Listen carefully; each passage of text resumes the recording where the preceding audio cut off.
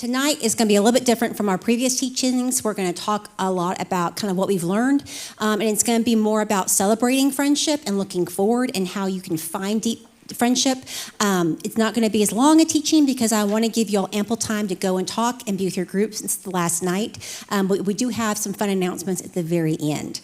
One of the things that landed on me last night as I was talking about teaching and actually talking to my girls, I have a now graduated senior from high school, and I have a junior who's going on 35, and what can tell me everything because I'm cringe about everything. I was talking to both of them about friendship and why it's such a valued tool and how good it is, because at that age, friendships means so much to them just like it means to us. They want to have a safe place to go. They want to know they have a trusted friend. They want to be included. They don't want to feel alone. They want to laugh and have fun, but they also want someone who will pray for them and keep their secrets. And so we were talking about the beauty of friendship and how even though they have their best friends right now, friendship will continue. You're never too old to make a new friend. And I always think about my granny, Laura Bell, because when she was 81, she made a new friend, and her name was Irma. And Irma was her new friend that she didn't know had moved onto the street, and they became fast friends. Now, let me say this. My grandmother lived in Sherman. She grew up there. They lived in a house. Their house is 115 years old now. It's a historical marker. So everything happened in that house. Her parents lived with her. They kind of moved into their parents' house. And so she had had the same friends forever. Her little card-playing group who they did Sunday service together. They went to lunch together. They argued together. They gossiped about each other, and they played cards all the time. And so they played bridge. Bridge was a big game for them to play. Whoever was hosting that month had to have a special lunch, and it was all a big competitive thing. It was hilarious. And so no one really broke into that group for years and years and years. I mean, they had been together. All of their husbands had passed, so they were all widows together, and that was their little family. And my granny broke the mold when she brought a new friend into the group, because the other friends were not prepared for a new friend at 81. They didn't know anything about her. She was not part of the clique. She was new to Sherman, so therefore she was not widely accepted. But my granny they had just formed an immediate bond. They even shared, it was like watching 16-year-olds. They shared clothes and dressed up in each other's outfits. They would go over and talk about all the other ones that weren't being nice. And hearing my grandmother talk to me, it was like a shot in the arm to make a new friend at the age. And I'll never forget her telling me, Lauren, you just want to remember, you never know. You can always make a new friend. Always remember, God's always got a new friend for you. I never thought I'd make a new friend.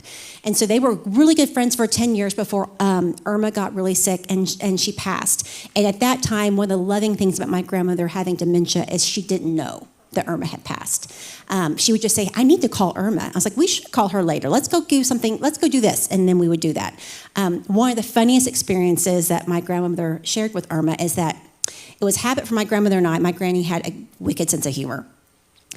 She was short, but she had a wicked sense of humor. And so we would go to Kroger. She loved to grocery shop. And we would go through the card aisle, and we'd pull out all the cards that were totally inappropriate and read them. We wouldn't buy them. We'd just read them. And she would laugh till she had tears rolling down her face. And I cannot go in a card aisle at a grocery store without thinking about her, because there is a section that's like a Hallmark section that's a little off the cuff. That's exactly where she'd go.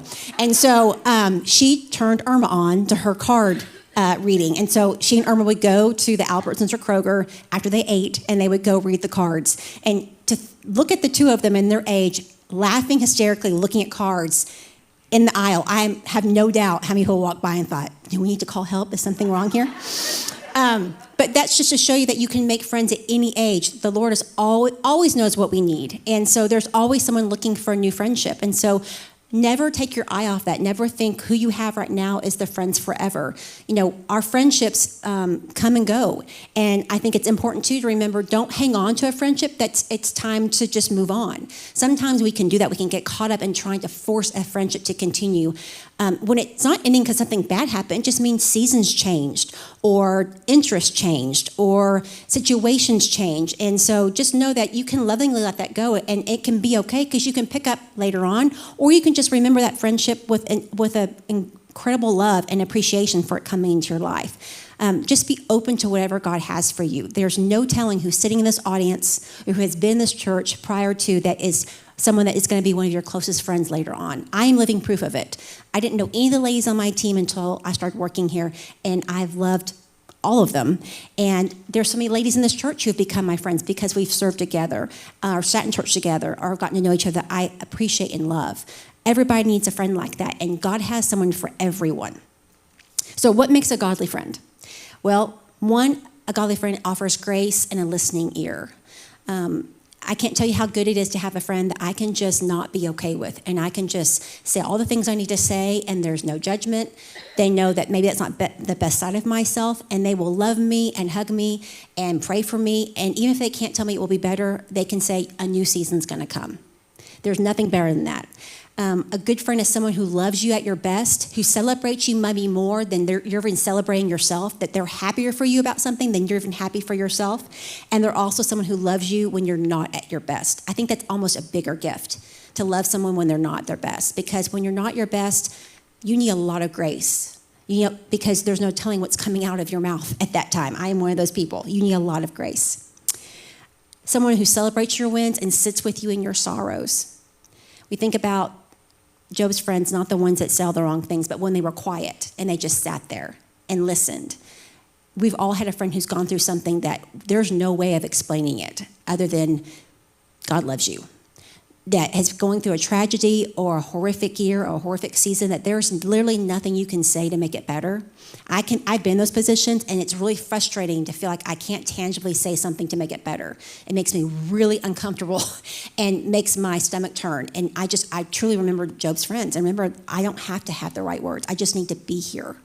My sister, who is one of my very best friends, my baby sister, in her first pregnancy, found out 26 weeks that her son was considered terminal. She'd had a perfect pregnancy up until then. It came out of nowhere. There was no warning. And through a variety of miracles, Clark is here, and a living, breathing miracle on this side of heaven. But at that time, when we were planning the funeral for him in my parents' house, the tears, like that level of brokenness, I can't even put words to it. There are pains on this side of heaven that there are not words to describe. And I remembered the verse where it talks about that the Holy Spirit intercedes on our behalf with groanings too deep to bear. And those groanings, exactly what I kept thinking, like, I do not have the words. And so I literally remember sitting next to her, holding her hand, and we sat for like 2.5 hours and didn't say a word. And I just watched the tears just roll down her face because there was nothing to say. There was nothing I could do or say that was ever going to make it better. And that was only going to be on God. And then God moved. In our situation, God moved in an incredible way 40 hours later when we were told that his brain had split into 2 hemispheres, and they had no idea how to explain it from a scientific position, but she let them know, she knew exactly who had done that. And that's Clark.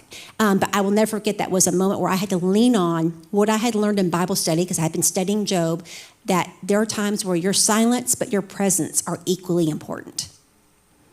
It's really easy to want to run away when you don't have the right things to say, because you don't want to make it worse and you don't know how to make it better, so you just kind of pull back. I can tell you from experience, you need to be present. Even if it's just a card, even if it's just a flower, even if it's just a text and saying, I'm praying for you. That's all you need to do. Just that presence, knowing that you are aware and you're there if that person needs you, makes a huge difference. A good friend points you back to God in every season. Sometimes we can be celebrating the blessings so much that we forget to bless and thank the Lord who gave those blessings. Every good and perfect thing comes from him. But sometimes we can be so wrapped up in the celebration or even our accomplishment, we forget who enabled that accomplishment through us. So a good friend points you to that, and they also point you to God in the situations where there is no answer. It didn't turn out the way you wanted, or the prayer didn't get answered in the way we can explain or understand. True Christian friendship is rooted in Christ. You may make friends in your life and think, we have nothing in common. Why would I be friends with her? We're not the same age. She doesn't have kids and I do. Her kids are different ages. She's married and I'm not. All these different things that can make our lives different. But if your foundation is that you are a follower in Christ, you have something in common, and that's all you need. Everything can build off that. And healthy and incredible friends expand our love for him. My friends, getting to see them grow and deepen in their faith, getting to see the answered prayers in their lives that don't have no effect on me, but seeing how God's working in them, seeing them get on their knees and get through a hard situation, that expands my love and my devotion for the Lord. I think we've probably told you many times, I'm going to tell you again, but for our ministry, I love to pray. Love, love, love to pray. I'm a huge prayer warrior. I believe that prayer is one of the best weapons we've been given, and we don't use it enough and don't count on it enough. And so I love to pray. So our team will always tell our ladies, like, we would love to pray for you in any way possible. You can send us a text, you can call, you can email. We would love to pray for you. We don't even need all the details. You can just say, pray for us, and we will be praying. And one of the reasons that I love that, hold on, menopause is taking my thought. Where was I going? This happens, it'll come back to me. We're talking about prayer. Lord, help me. Oh, here it is. One of the things I love about it is when we tell our ladies that, and you take us up on our offer to pray with you, and then we get to hear about the way the Lord answers your prayers, you have no idea what that does for my own faith. It's like selfish almost that I want to pray for you because I want to see God show off in your lives. Because when I feel like I'm not hearing from him or not understanding the call he has for me or the path he's on, or there's prayers I'm praying for someone that aren't being answered the way I think he should answer them, hearing how God is working in your lives, that transparency and vulnerability, what that does for my faith and for my walk, like, it's bar none. It's such a gift for me. And you can have that in your friendship, but it takes being vulnerable with someone and being open to sharing your heart and sharing the good and the bad and the ugly, and knowing you're in a trusted relationship where you can do that with someone. One of the things that we don't talk about enough with friendship is that friendship should be fun. Like, it doesn't have to be all heavy and working through good and hard things. It needs to be fun. Like, there is no better medicine than a laugh that almost makes you pee your pants. Like, there's nothing better than that. There's nothing better than that when you literally like double over and laughing. And that's such a good medicine for your soul. Like, friendship, you need to be able to have fun and laugh. You need to be able to share hobbies and interests, even if you have nothing in common other than your love for Christ. You have no idea what hobby or fun things out there that you don't even know about, but this new friend you've made wants to invite you to come with them and go do it. And then there may be some things they want you to go do that you're like, no, I'm good with not doing that ever again. I have a lot of that. I am not an outside kind of girl. I do not like bugs. I do not like to sweat. I do not like dirt. That's not my idea. I am not one that you're going to ever see camping or hiking with Chris. I love that she goes. I will stay in a hotel with a pool and an umbrella. That is just fine. The closest thing I get to camping is when I don't have my own bed, and that's sharing with my husband. So when we go to a hotel, I am not that person, but I will be the first one to go with someone to go to estate sales and treasure hunt. I'll be the first one to go to the movies. I love the movies. I'm one of the first ones to go and bargain shop at one of the new stores in the area. I'm that girl. Chris cannot stand Hobby Lobby. It makes her quake. She has like almost a near panic attack. She will ask me to pray for her before she goes in. And I would do the same thing if she was taking me hiking. Same thing. I'm just not, there's just things, but I can appreciate her love for it, and I can love the pictures and her talking about when she spends time in the mountains. I love that for her. I'm just not going to be attending with her anytime, unless it's inside like a chalet. I can watch from the windows. I am not your friend that's going to go running with you. I have no desire to run unless something's after me. So I will not be that running partner with you. I will go to Pilates, but only because it's only 45 minutes and I get like a pat on the back when I leave. I am not that friend that's ever going to desire to do a marathon with you. I will go and I will hold up my sign and I will cheer you on and I will praise Jesus that I'm not the one running. But I will go and I will like root for you.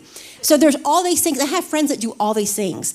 These are all the things that you can enjoy with someone and really enjoy even if it's not your thing. And then when you find something that you didn't know was your thing and you can enjoy it together, it's even better. Someone that you can be completely yourself around, good, bad, and ugly. I have probably gotten too comfortable at church, and some of you probably are aware of this. I still wear those huge Velcro rollers that probably pull half your hair out for like volume. I like the big hair. I haven't used it today, as you can tell. I keep trying to fluff it up, but it's not working. But I use those huge Velcro rollers, and I put them all over my head. And what I've learned is if I can put them in the morning, if I'm working from home, I'll leave them in all day. Or if I'm going to be at church that night, I will work in my curlers at home. And then I got really comfortable. And I just thought, well, we were setting up for something. I'll just come to church with my rollers in because they'll just set that much better. Forgetting that we had a lot of facilities men who were terrified when I walked in like that.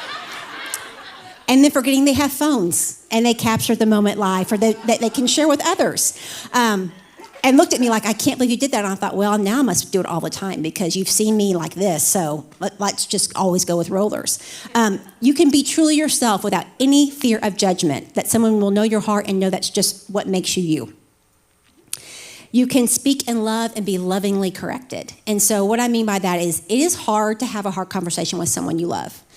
It's hard to have a conversation with someone that you don't necessarily love, but you just know. And there's always a catch because you don't want to come off as judgmental. You don't want something thrown back in your own face. And you don't want them to feel like you're picking at them or for it to hurt or fracture your friendship. So it's not a small thing when you feel like a friend is entering into something or is in something that is not glorifying God. It's something you need to bathe and ask for prayer in, not something you need to share with other people. You could ask them just to pray for a friend, pray for you in a conversation you're having. They don't need to know the details. God knows the details. But it's something that you should truly, truly pray for and look for affirmation from the Lord that you are making the right decision. And then I think you approach that conversation with, this scares me to say this to you. I don't want to do anything to hurt our friendship. I'm only wanting to tell you this because I love you. And if you see something in me, I want you to share it with me. Something along those lines. But the loving thing to do is, if they're on a rocky course, is to correct them. Like if you have a friend who's about to walk in front of a bus but's determined to walk, you would stop them. You wouldn't let them just walk because they want to. That's how you need to look at your friends who maybe have gotten blinded to something that they don't even realize is bad for them or not something that would glorify God. You need to be able to have that trust with your friendships that when you have that conversation with someone, it's done truly out of love and because you love them and care about them. And you don't want something that's not going to further the relationship with the Lord or is going to cause them pain later on. That's a very important thing to have with your friends. You also need to have forgiveness. Needs to be such an important part of your friendship because people are not perfect. And we can all mean the right thing, say the right thing, but there's going to be some point where you're going to say something or do something that hurts someone's feelings. Whether you had like a quick moment and a quick tongue and said it and then regretted it immediately, or if you did something and you have no idea it hurt someone's feelings and you find out later on. We need to be quick to forgive and move on because we would want that same forgiveness and grace when it's on the other side. Okay, so friendship takes effort too. So everyone's been in that spot where like, no one's my friend. Like, no, I'm not getting invited to anything. I don't get to talk. They don't want me in their group. They're meeting for bingo and I've never been invited. It's very easy to be on the receiving end and want someone else to come to them and be the one invited, be the one sought out, be the one pursued. But you have to also do the pursuing. Sometimes you have to step out of your own comfort place and you have to be the one inviting to host at your house or to say, let's go to a movie or saying, let's go have coffee. That's hard, especially when it's a group that you don't really know. But you have no idea if that's exactly what that group needs. And by not doing it, you're just going to miss out on an incredible friendship. You need to make sure that you're putting in as much effort as you're expecting in return. You want to be consistent in your friendship. You want to be someone that if you are entering into a new friendship and wanting to foster that friendship and feed it, it needs to be consistent. It doesn't mean you have to do something every week, but you want to check in, see how they are. Not just assume because you haven't heard from them, they don't like you anymore. It could be there's something going on in their life, whether they're going to tell you or not, and you need to be the one to reach out. They need to hear your voice on the other end of the line or see your text pop up. And everyone needs a 2 a.m. friend. You heard me talk about these ladies. Everyone needs a 2 a.m. friend. I have a lot of 2 a.m. friends. And I hope that I'm a 2 a.m. friend for everyone. I can be your 2 a.m. friend because I don't speak because I have menopause right now. I don't sleep because I have menopause right now, so I'm up all the time. So if you ever need someone to talk to, you can call me at 2 and I will answer. Everyone needs that. Everyone needs someone they can call in the last seconds of a day or a night and say, I need something or I need you, and that person is ready to do that. Now, are there times where you don't want to do that, like if you're on vacation with your family or if something's going on in your life or if you're already with a friend? Yes, it doesn't mean you have to keep your phone on all the time.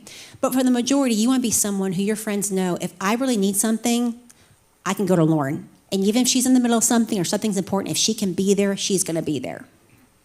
I think I shared with you last week that my daughter had a grand mal seizure 2-3 years ago on Mother's Day weekend, or the weekend before Mother's Day weekend. And that I got in my car and have no idea why. I have so many good friends I could have called, but for whatever reason, Jessica popped in my brain. It was the first person I thought of. And so I immediately called her on the way up to Highland Village.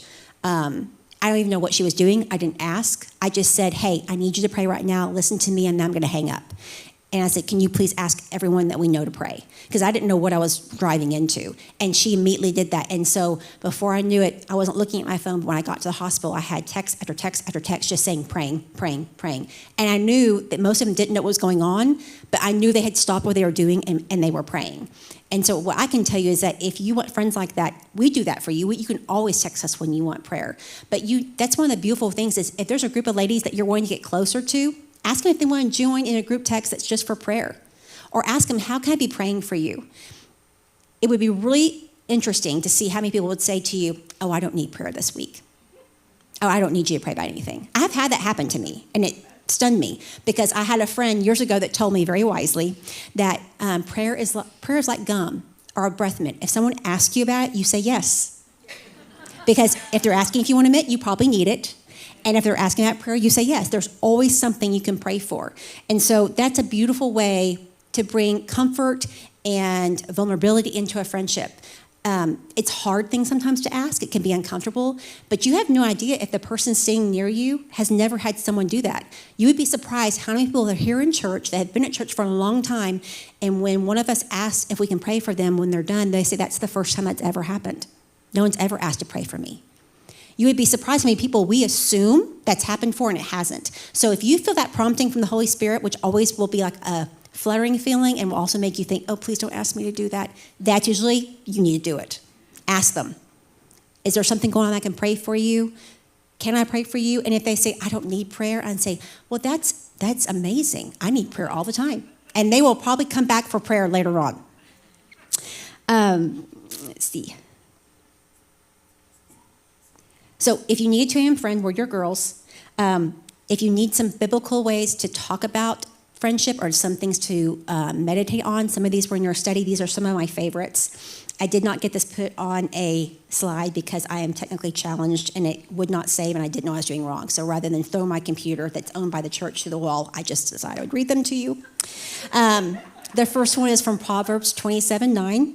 Is the sweetness of a friend comes from earnest counsel. The sweetness of a friend comes from earnest counsel. Proverbs 27:6 says, faithful are the wounds of a friend. Proverbs 17:17 says, a friend loves at all times. Proverbs 18:24 says, a friend who sticks closer than a brother. And John 15 says that basically Jesus modeled friendship perfectly for us. If you've ever looked back, and you may have not noticed this, but it came to my mind when I was studying for this, is that, when Jesus sent out his disciples out, he sent them out 2 by 2, not alone. He knew we need companionship. He knew we need someone to run the day through. He knew we need someone just to have for company or to eat with or just to have in our circle. He modeled that so well for us. But yet he also spent time by himself. Both are needed. You need to be able to be alone with the Lord and feel comfortable and not feel like you're missing out on a physical touch of someone else. But you also need to know that you also need that physical closeness. We want to be with other people. We want to, we're made that way. We're created to long for deep friendships that we can count on and go through life on this side of heaven with. When you're thinking about what kind of friends you want, it's good to think about what kind of friend am I? And so for me, it's, do I take initiative in my friendships? Am I calling enough? Am I checking in enough? Am I being lazy in my friendships and not being the one to think of an idea or ask them over or have dinner or give them a little sussy or send them a sweet text? And do I sacrifice for my friends? And sacrifice is like a 2 a.m. thing. Sometimes there's something you really want to go do and they don't want to do it. And you sacrifice what you want to do for what they want to do. Sometimes it's that you had plans and they have to change last minute because your friend really needs you. Sometimes it's sacrificing time with another friend or saying we need to go see this person. Sacrifice is a loving response to a devoted friendship. Another one is, do I have godly expectations for friendship? I can interpret that to mean also that, do I have realistic expectations of what someone else can give me? Sometimes we set the bar so high that we put an unnecessary and unreasonable amount of confidence or expectation on another person. Everyone has other things going on, and if we make that person our Holy Spirit or our God, without even thinking that's what we're doing, the person we have to hear everything from, no one can live up to that. So you need to have realistic expectations of what someone can do. My sister has 3 kids, all in elementary school, and so I know that if I call her in the evening, I am not going to get her full attention, and she probably won't even answer, because at 5 o'clock, it is like witching hour at her house. And so if I want to get in contact with her, I will call her in the early morning, or I'll call her like at lunchtime. There's times I know I can get a hold of her. It's not that I don't think if I really needed something, it was an emergency, she would answer, but I'm having realistic expectations of what she can provide in the season of life that she's in.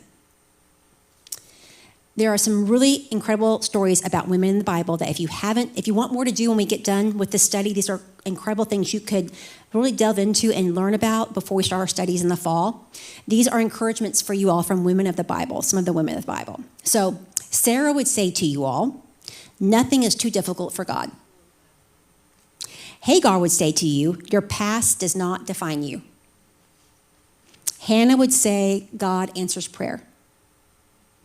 Ruth would say, it's not over until God says it's over. Esther would say, trust God, he will exalt you in his timing. Elizabeth would say, you are not too old, it is not too late. Mary would say, blessed is she who believes. The woman with the issue of blood would say, God never fails. Mary and Martha would say, Jesus brings life. And Dorcas would say, God sees what you do for others. Some friends are like human medicine. Spending time with them just makes you feel better. If you ever have a friend that like just being with them gives you hope and makes you feel like it's going to get better, those are incredible friends to have. Sometimes you just need to be around someone else who they're on the other side of something, or just being in their presence, making you laugh, or just talking. It just like gives you a little lift. Some of those friends are like human medicine. And some friends are placed in your life for a reason. Those are soul friends. You're linked by souls. And one of the reasons I say that is because your spouse, you typically choose. You may want to refund, but you keep them. Your blood-related relatives, you may choose to have as really good friends, but they were your family by blood. That wasn't a choice. But deep friends who become like family, those are soul friends. Those are people that God woven your life in with them. And those are friends who I believe are part of the soul because you're linked in your souls for the Lord and where you will spend eternity together.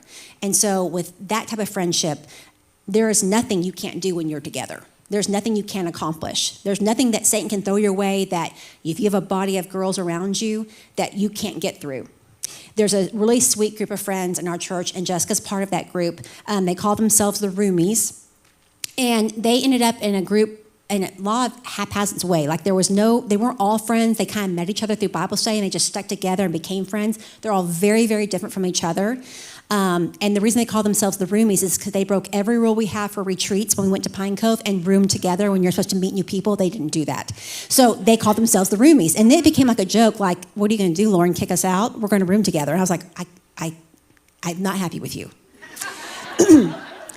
But they have done life together for so many years, and they have walked through so many horrific experiences with each other, including death of a friend, including divorce of friends, including issues that you would never want a friend to go through, but they have stuck together like glue. And even though they don't even live all by each other anymore, they still have a text thread. They still meet up. There's been new friends added into that roomie group. That friendship group is amazing, and it was actually birthed in church. They didn't know each other prior to. There's so much God can do with you here in this way. You can meet new friends through Bible studies, through our MIC groups, through game nights. You can meet them through other ministries like small groups.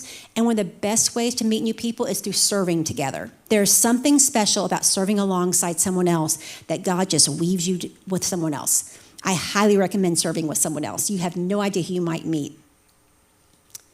James 1:17 says, every good and perfect gift is from above. And those are our friends. That is, whoever is brought into your life, be so grateful for it because God brought them in, and be expectant because God's going to bring other wonderful people into your life. First Thessalonians says, 5:11 says, encourage one another and build each other up. Tell each other how much you appreciate being friends. If you haven't told someone that you really appreciate their friendship, now's a good time to tell them.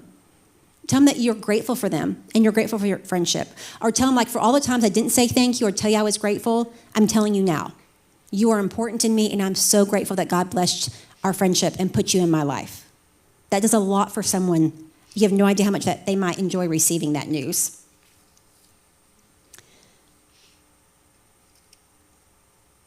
Okay.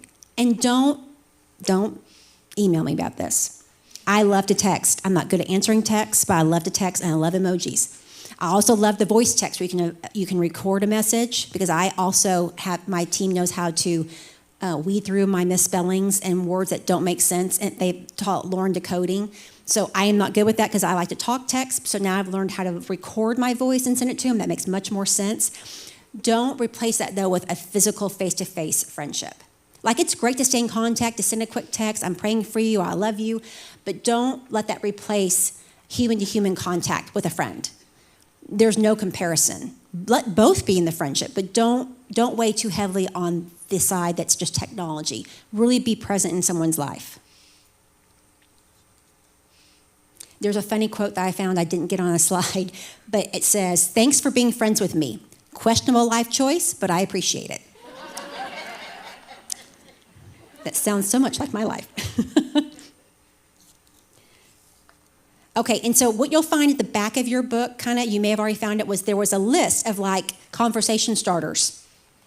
And I thought some of them were really for a friendship that you already have, and some of them were for maybe starting conversation with somebody. And I love conversation starters.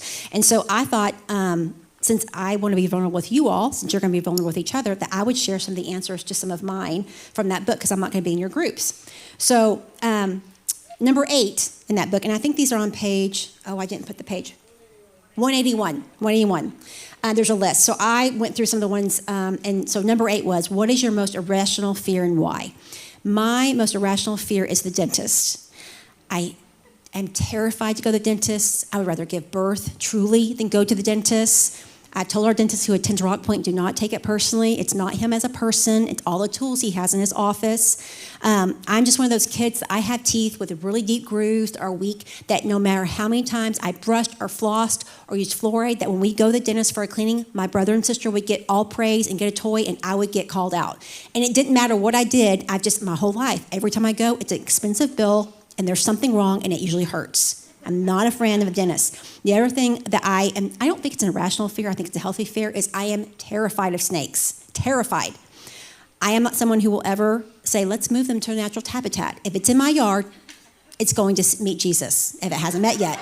So I don't care if it's small, big, and this summer is the first time I learned that when you dig in the dirt, which is one reason I don't work in my yard, they live in there. You can dig one up. I thought they were always on the surface of the earth, where you can see them ahead of time. Knowing that you can plant something and there's some horrible snake under that's insane. I had no idea. I always saw those holes that are this big in your yard, and I just thought maybe it rained really hard there. I had no idea that's for a snake to go into. So now I make it my business that since the snakes are woken up because it's hot, I do not go outside. Very true. Very, very true. Very true. And I will stand on the ledge of our house, and when I open the door and call the dogs in this way, because I am not going out in that yard. And I live in Lantana, and we have lots of copperheads. And so our HOA pages post the snakes they found in the yard, and it just furthers my terror that they will post. And then they, just a heads up, I don't need to know. I'm not going on a walk. I know they're out there. I'm not coming outside. I'm not going there. I don't need to know that they even exist.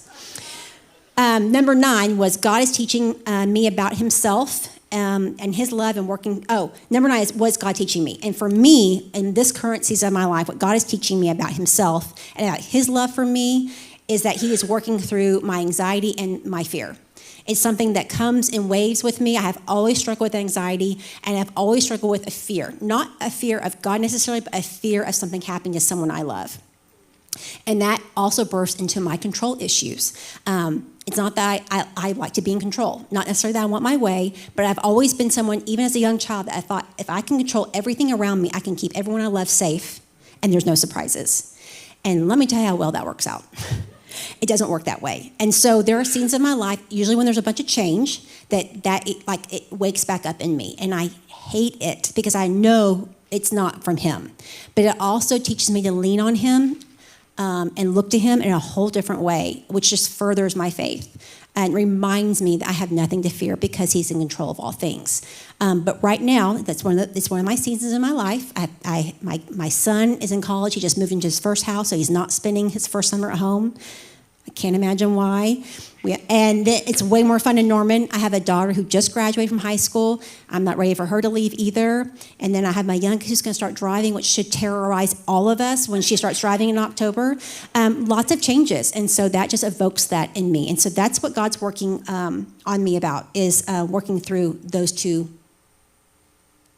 hard parts right now. On number 10, it said, how did you come to faith in Christ?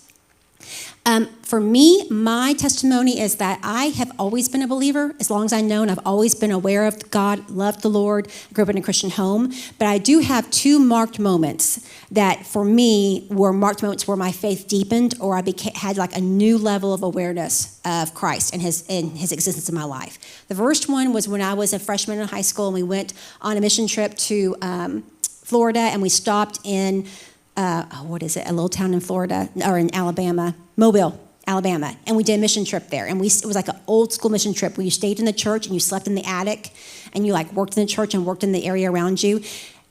We did that, and long story short, there was a gentleman who came. My friends and I were working in their food pantry, and he came to pick up formula for his baby.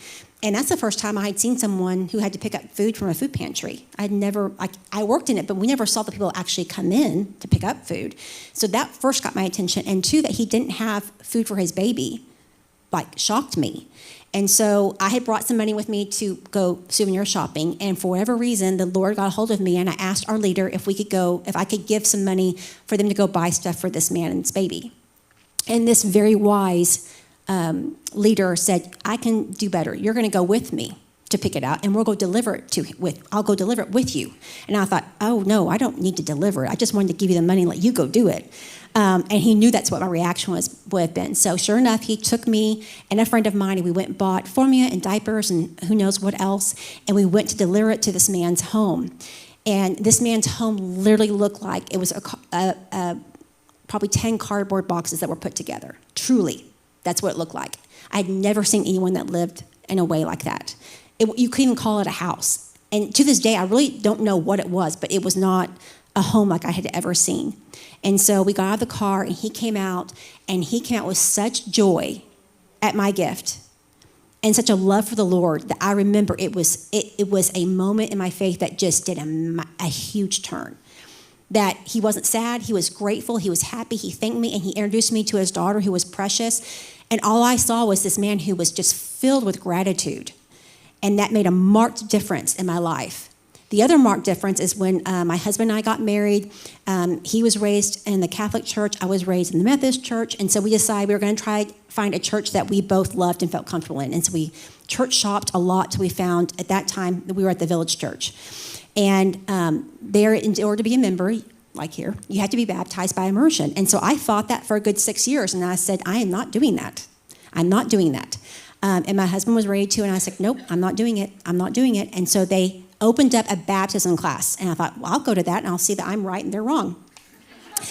And that wasn't what happened. The Lord, for me, revealed that for my life and what he had done with me, that I was at a place where I needed to give up my fear and share my testimony and my devotion for him and be baptized publicly by immersion. And that is to this day one of the scariest things I've ever done in my life. But it was a marked moment, because for me as an adult, it was my testimony that I am going to follow him in a more specific way for all the good he has done in my life up until this point. And so those are my two marked places where I would say that my faith deepened at a level that it couldn't have without God's intervention in that way. Okay, let's see. Two more. Fast one. 17 is my go-to coffee order. My go-to coffee order is Diet Coke. That is my go-to order. But I love the sweet treats at coffee shops. I will get that. And number 12 is one of your most embarrassing moments. And this is so embarrassing. I have a lot of these. This is the one that came to mind last night. So in high school, I think I was a sophomore in high school. I had a boyfriend. I was trying to save him. It was early on. There was no saving. I needed to get out of that. But I was in this relationship, and we had just come home from, I think, the movies or something, and we were jumping on the trampoline in my parents' backyard. And we sat down, and he was like leaning in, looking at me, and he started doing this to my face. I was like, what are you doing? He's like, I'm playing with that long whisker you have right there. And I was like, I don't have a whisker.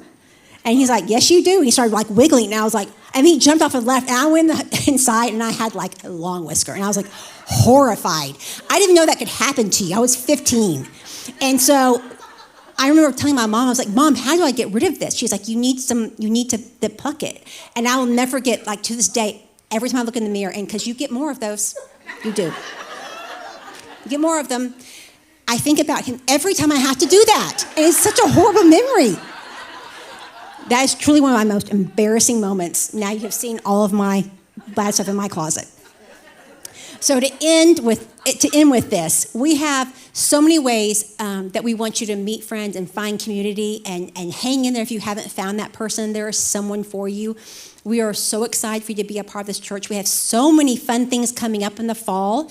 We're going to be taking a little break in July, which is when we prep for the fall, but we are changing things up in the fall. We're doing some things we have never done before. We're trying to accommodate a lot of people's different schedules, their different tastes, their different time commitments. So what you may not know is that in January of every year, our team prays over what the Lord wants us to offer, and we truly try to present whatever we feel like He's calling us to present. And so we have some really fun things coming up. Are you all going to come and talk about that? We have some really fun things coming up, and we're just going to see how it goes. So it's like a pilot almost of a fall. So I'm anxious to see what you all think and hear about it afterwards, how you enjoyed it, what you'd like to do differently, because our job is just make sure that we are serving you all in a way that deepens your faith, helps you find community, and helps you feel like you're growing in your faith. So with that said, thank you so much for being a part of it, and I'm going to give it over to my trusted team.